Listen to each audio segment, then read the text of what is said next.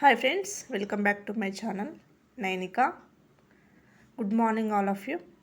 Friends, మనం ఈరోజైతే Bhagavad Gita chapter 1 Arjuna విషాద యోగంలోని 9వ శ్లోకం మరియు 10వ శ్లోకం 11వ శ్లోకం ఏంటో చూసేద్దాం. ఆ 3 శ్లోకాల యొక్క మీనింగ్ కూడా తెలుసుకుందాం.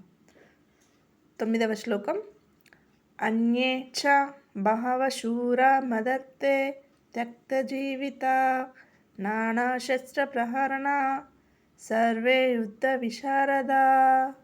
ఈ 9వ శ్లోకానికైతే ఇప్పుడైతే మీనింగ్ తెలుసుకుందాం.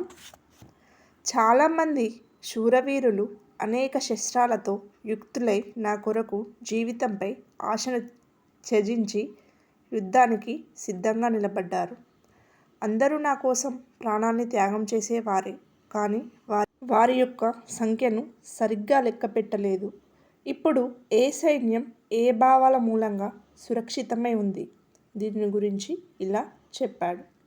10వ శ్లోకం, అపర్యాప్తం తదాస్మకం బలం భీష్మాభిరక్షితం పర్యాప్తం త్విదమేతేషాం బలం భీమాభిరక్షితం. ఈ శ్లోకానికి మీనింగ్, భీష్ముని ద్వారా రక్షించబడుతున్న మన సైన్యం అన్ని విధాలుగా అజేయం మరియు భీముడి ద్వారా రక్షించబడుతున్న సైన్యాన్ని గెలవడం సులభం.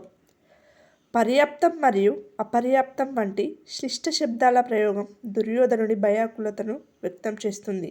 అందుచేత ఇప్పుడు కౌరవులు ఆధారపడుతున్న భీష్ముడు ఎటువంటి సత్తా కలవాడు, పాండవులందరూ ఆధారపడుతున్న భీముడు ఎటువంటి సత్తా కలవాడు అని ఆలోచింపవలెను. దుర్యోధనుడు తమ యుద్ధ వ్యవస్థను ఈ విధముగా వివరించాడు.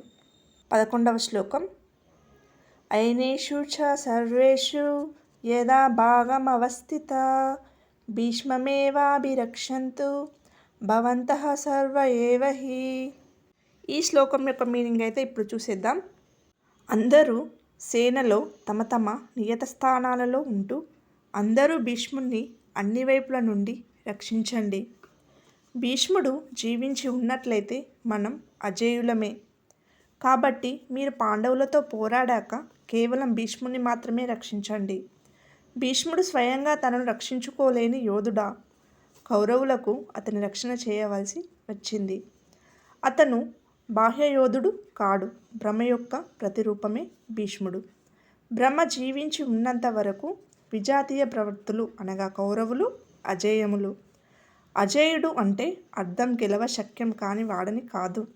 అసలు అజేయుడు అంటే దుర్జయుడని అర్థం, అంటే అతన్ని గెలవడం కష్టమని అర్థం.